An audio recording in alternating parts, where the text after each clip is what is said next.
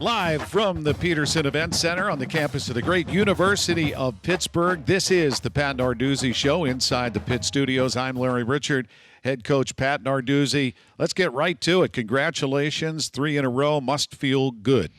It does feel good. You know, it feels good for about 12 hours. Then you start thinking about that next one, and you roll right into North Carolina State. It was a good battle. Louisville 23-20. You ended up seeing your defense just dominate. And maybe some games of past seasons where you couldn't push it over the top, the defense was able to play shutdown football and end the game. No doubt about it. It was good to get the defense out there in that last series in a 2-minute situation and have them finish it off with a Jason Pinnock interception. Yeah, you had 12 tackles for loss, 7 sacks, 3 interceptions, and you take one big run out, and once again, those numbers are stunning. In fact, nationwide, they're really good. If you look at number one in don't the look ACC. at You don't like those, do you? No, don't even stay away. All right.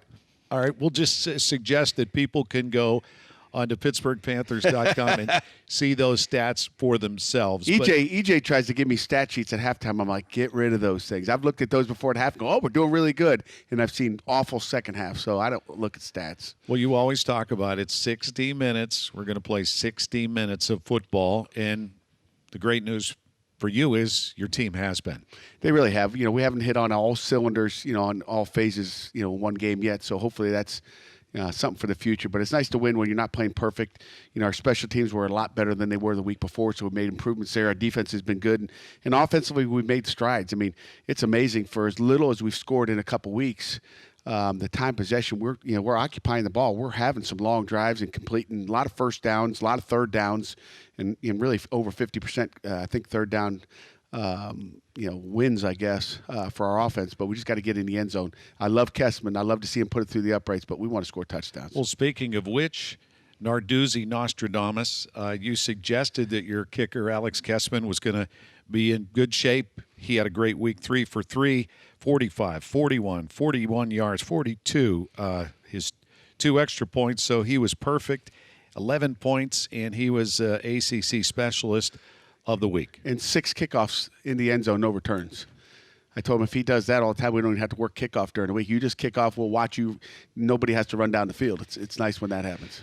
And what was interesting is yesterday we talked to Cal Adamitis, who is the long snapper from Central Catholic, and talked about Kirk Christodoulou, your punter, who's had a terrific year. You reworked the punt game, and people that fail to realize that it's a little team out there in a unit, and they have to be operating in sync perfectly, and they certainly did that Saturday. They really did in all phases, really, the punt team and the field goal team. So those 3, Cal, Kess and Kirk, they're like the 3 musketeers. They don't leave each other's side, all during practice, in meetings. You see them eat breakfast together. They've got a great cohesion, that special teams unit. On the sidelines over the years, they're practicing during the game all the time. Fans might not even notice, but when they're not ready to go on the field, they're getting ready to go on the field. Yeah, it's they talk about there's no second down in the special teams. It's kind of one of their I guess their blueprint to what they are. There is, and it's true, so true. You get one down, you get to go out there, execute it, get off the field. It's one and done. And it's so important that those guys are ready to go when it's time. And your punter, Kirk Christodoulou, for those that don't know, he's from Australia. And he talked about not being able to go home. He's good with that. Good being here. But no matter what he says, it just sounds important with his accent. Did you ever notice that? It's just, no matter what he says, everybody listens. Yeah. Even Jerry DePaula from the Trib was locked in, Coach. You'd have been very proud. Is that right? Yeah. He didn't fall asleep? Come on, Jerry, wake up. Jerry's listening now. Well, we've got a great Pat Narduzzi show. The defensive lineman ACC Player of the Week is Patrick Jones II, and he'll join us coming up in a little bit. And next, we'll talk about the weekly player awards. You're listening to the Pat Narduzzi Show on the Pitt Panthers Radio Network.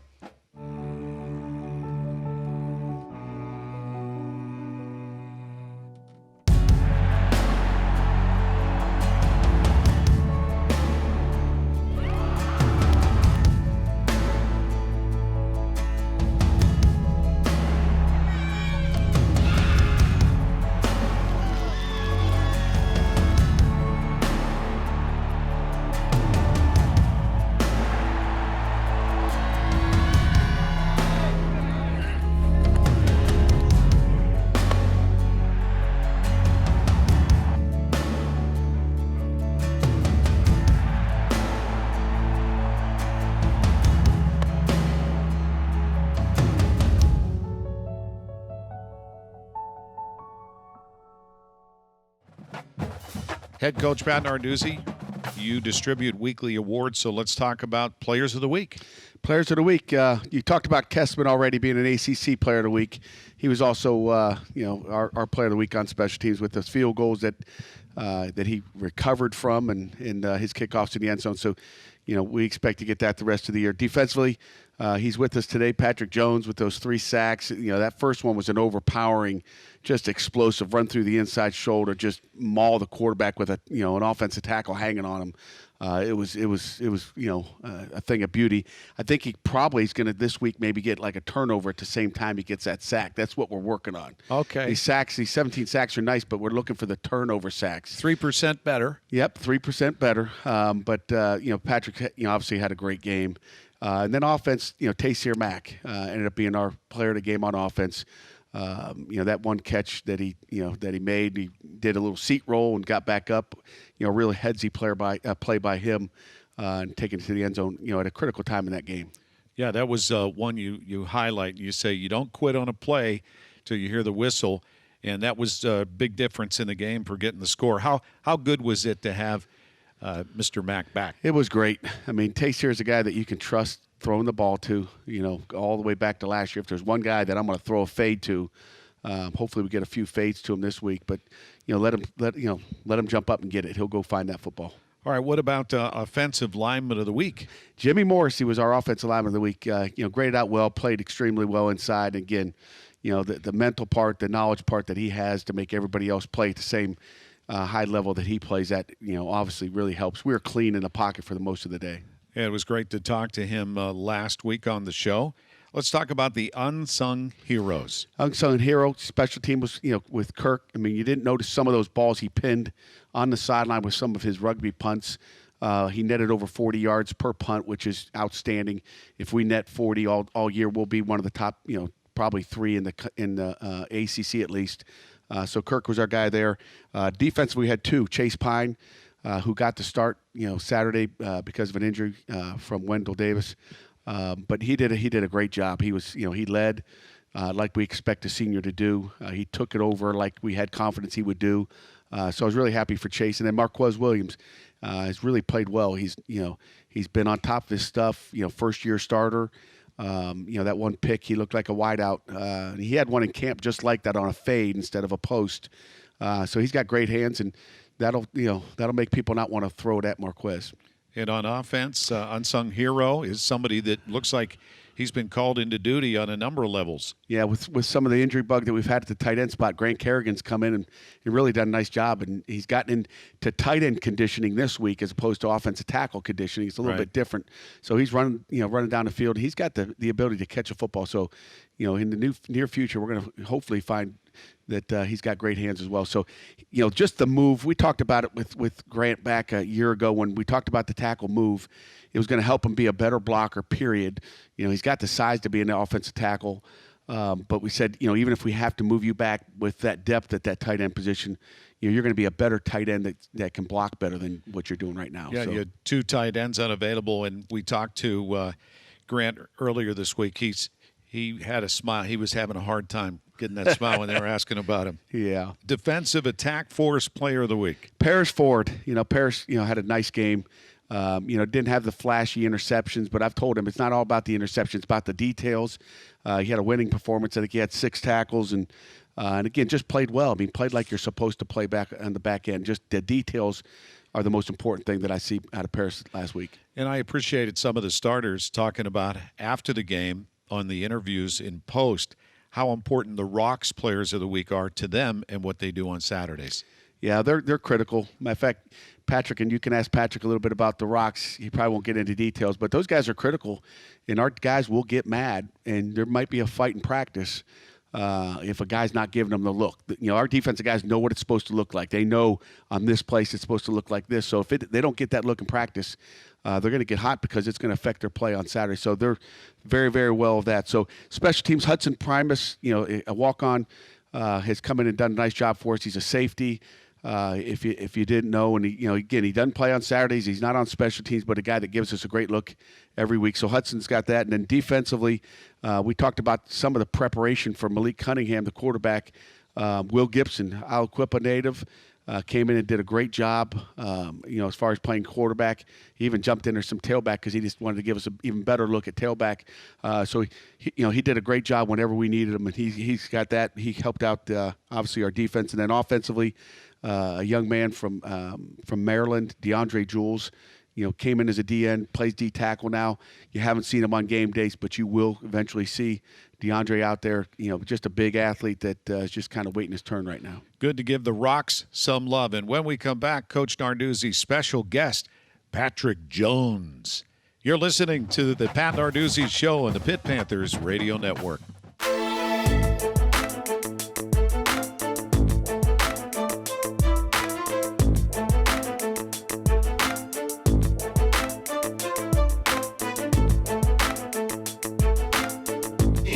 Smart, we have to have poise.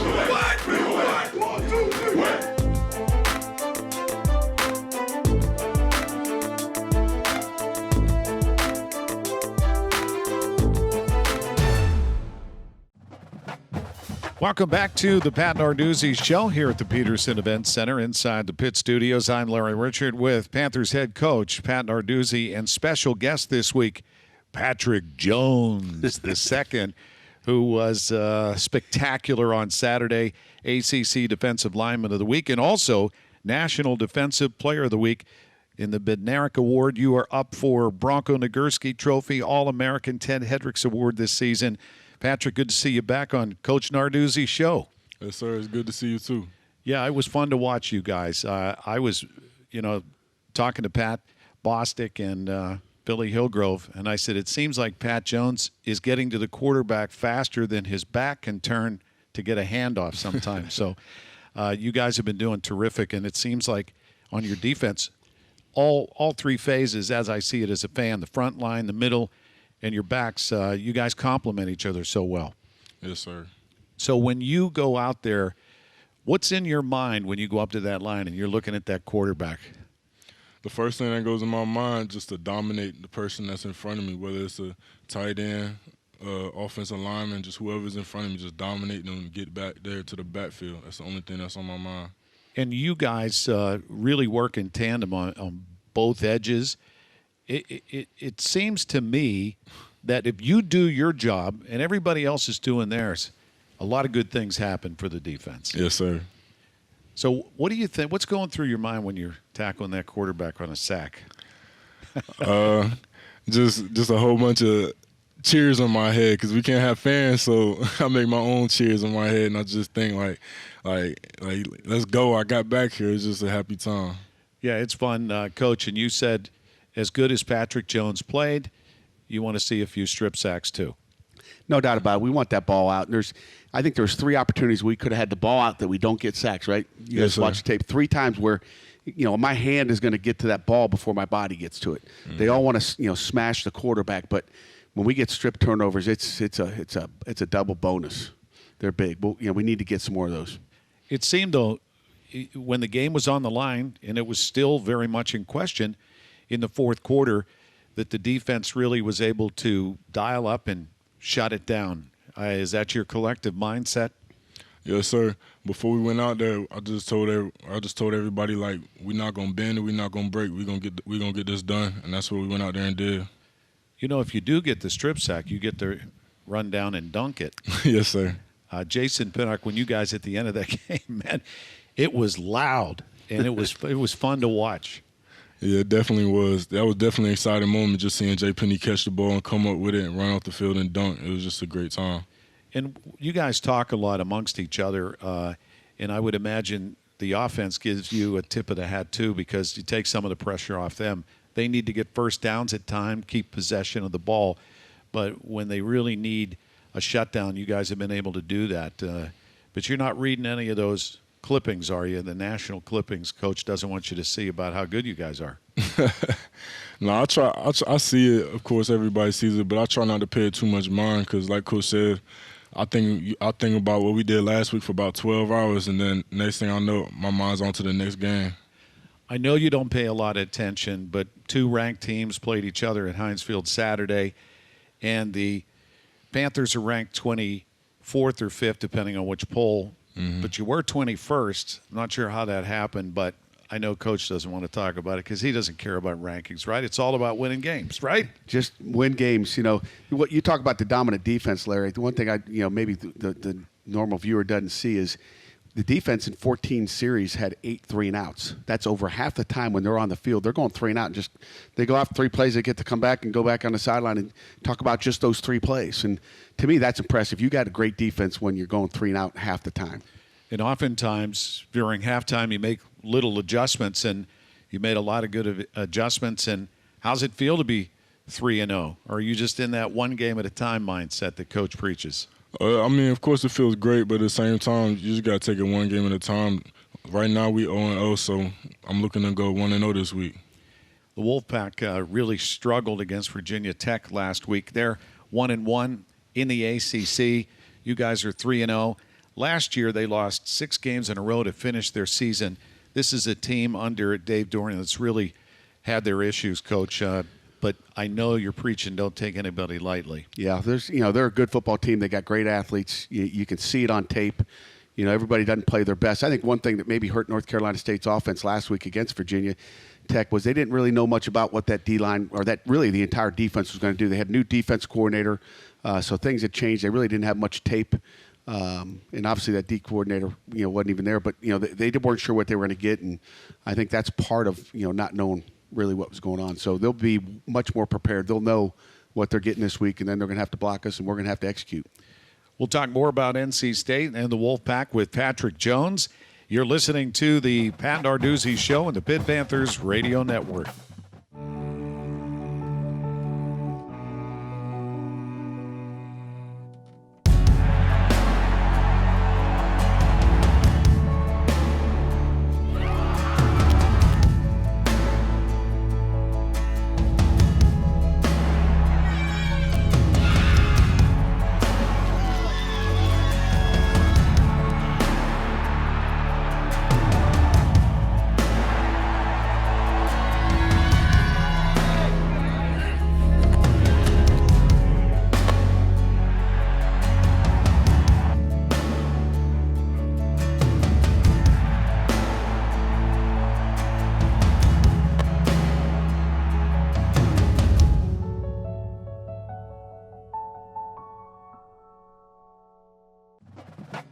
Welcome back to the Pat Narduzzi Show. Quarterback Bailey Hockman can't wait to meet Patrick Jones II, our ACC Defensive Player of the Week and National Defensive Player of the Week, a Bednarik Award. We were talking last week about the consistency of, 4 home games to open up the season and 3 in a row starting at noon. Do you like kind of that rhythm that you're into now at Heinz Field? Of course, it's always cool having home games, like home games back to back to back. And, it just feels good just to know, what we're going to get every time. We count on a similar schedule, so it's a good feeling. Yeah, I would imagine, Coach, same for you.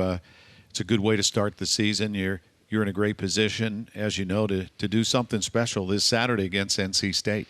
No question. I love the schedule that we're on right now.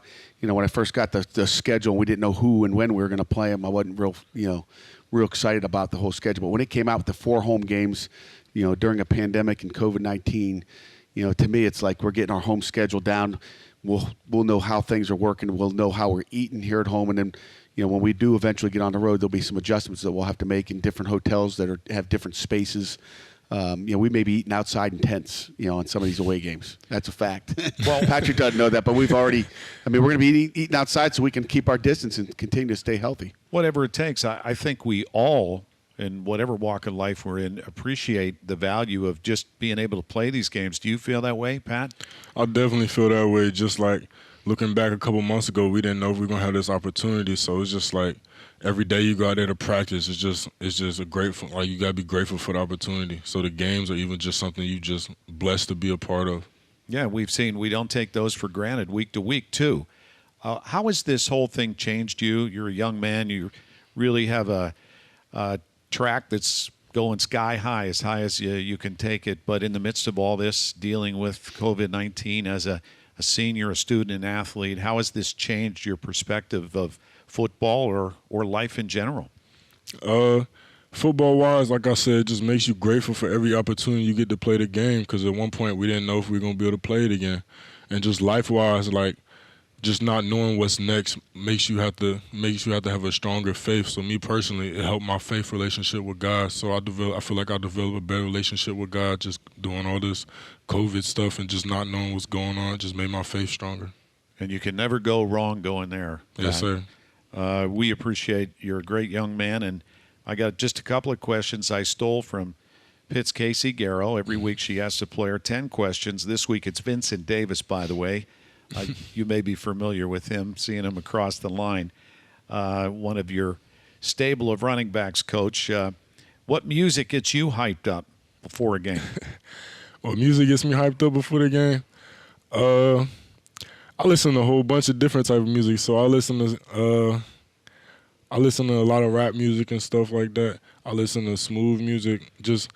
I'll listen to a lot of smooth music like a couple days before the game to keep me calm, just to keep my mind clear. Then like during the game, I'll turn it up a little bit. I'll get some more high beat music going and stuff like that. We were shocked to hear Jimmy Morrissey say it was the Four Seasons Jersey Boys. For him, do you even know the Jersey Boys? No, sir, I don't. We kind of play a game each week, Coach and I, whether we'll know one of the songs you're gonna. What's the smooth music? I missed that one. What is smooth? Like some smooth music I listen to. I listen to Rod Wave. Rod Wave. How about Earth, Wind, and Fire? Earth, Wind. No. No, sir. Okay, we're gonna get you some. All right, you gotta put me on. I will. All right. Final question: if you could spend the day with any celebrity, who would it be and why? That's a good question. Any celebrity. Who would you like to meet and hang out and just talk to? Probably Jeff Bezos, because he's the richest man in the world. I want to know how he did it, like how he just found the motivation to just come up with what he did and just how Jeff Bezos, Amazon, yes, $200 billion yes, and climbing. I know because my wife's participating daily in that enterprise because stuff keeps coming to the house from Amazon. So yeah. I think I got the same. My wife signed up for that. There's a comedian, Sebastian Maniscalco, who does a little podcast video, What My Wife Bought on Amazon Today, and he opens the stuff up. It's kind of fun. I'm sure whatever you put your mind to, you're going to be successful. Pat, continued success Saturday against the Wolfpack, and great to have you on the show. Yes, sir. Thank you so much. I really appreciate it. And you know down the road when you're in the league, I'm going to be saying, Patrick Jones. Yes, sir. All right. Good luck. And we'll be right back with Pat Bostic, former Pitt quarterback. You're listening to the Pat Narduzzi Show on the Pitt Panthers Radio Network.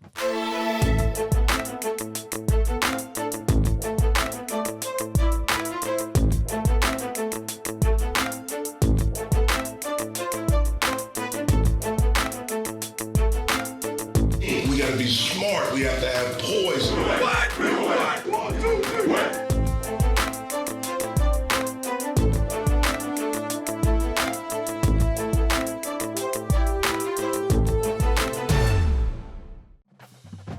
That is the voice of the Panthers, Bill Hillgrove, and this is the Pat Narduzzi Show. I'm Larry Richin. We welcome former Pitt quarterback and Associate Athletic Director of Major Gifts, Major Pat Bostic. Major.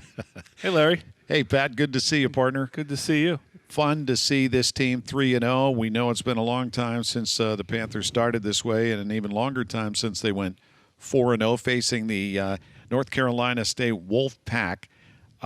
We just heard Jordan Addison. He had 7 receptions, 77 yards, and a touchdown. He has 21 catches, 169 yards, and 2 TDs for the year. Last freshman to lead Pitt in receiving was a guy named Tyler Boyd, who's in the league, of course, and has been since he left Pitt. So let's talk about the freshman that Coach and everybody else was talking about before we started this year. Hey, kind of picked up right where Frenchie left off. I mean, they move him around, get him the ball, 7 catches in each of the first 3 games. So he's polished, man. That's the thing that I see, the route running, the maturity. Doesn't say much.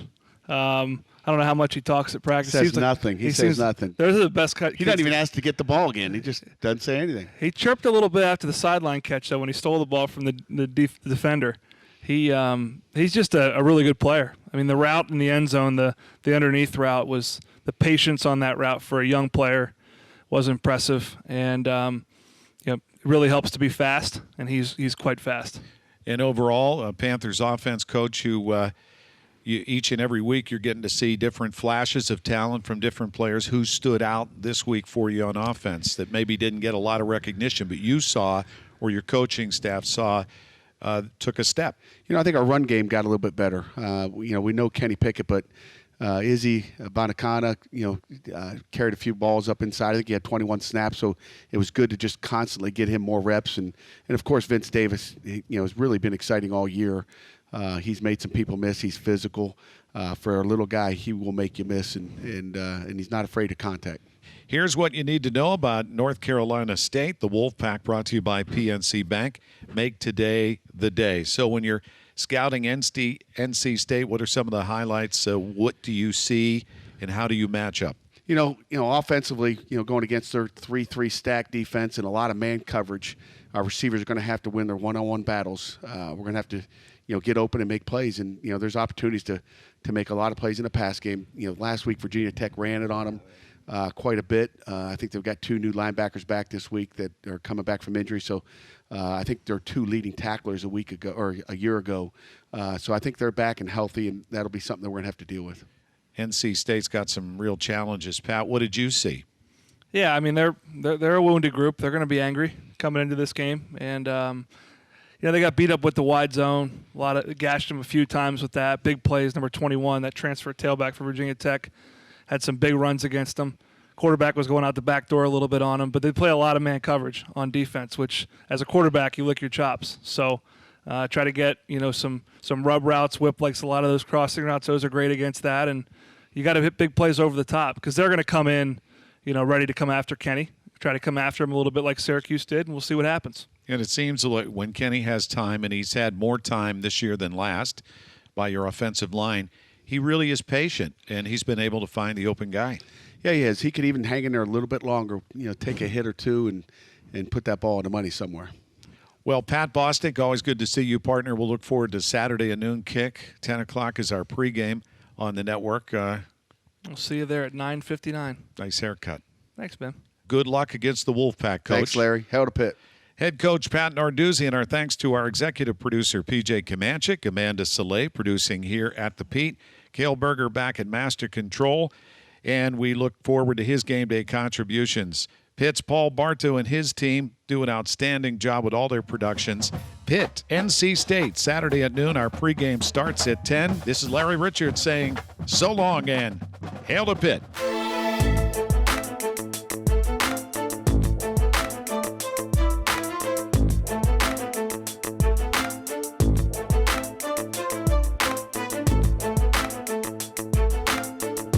We got to be smart. We have to have poise. What? 1, 2, 3.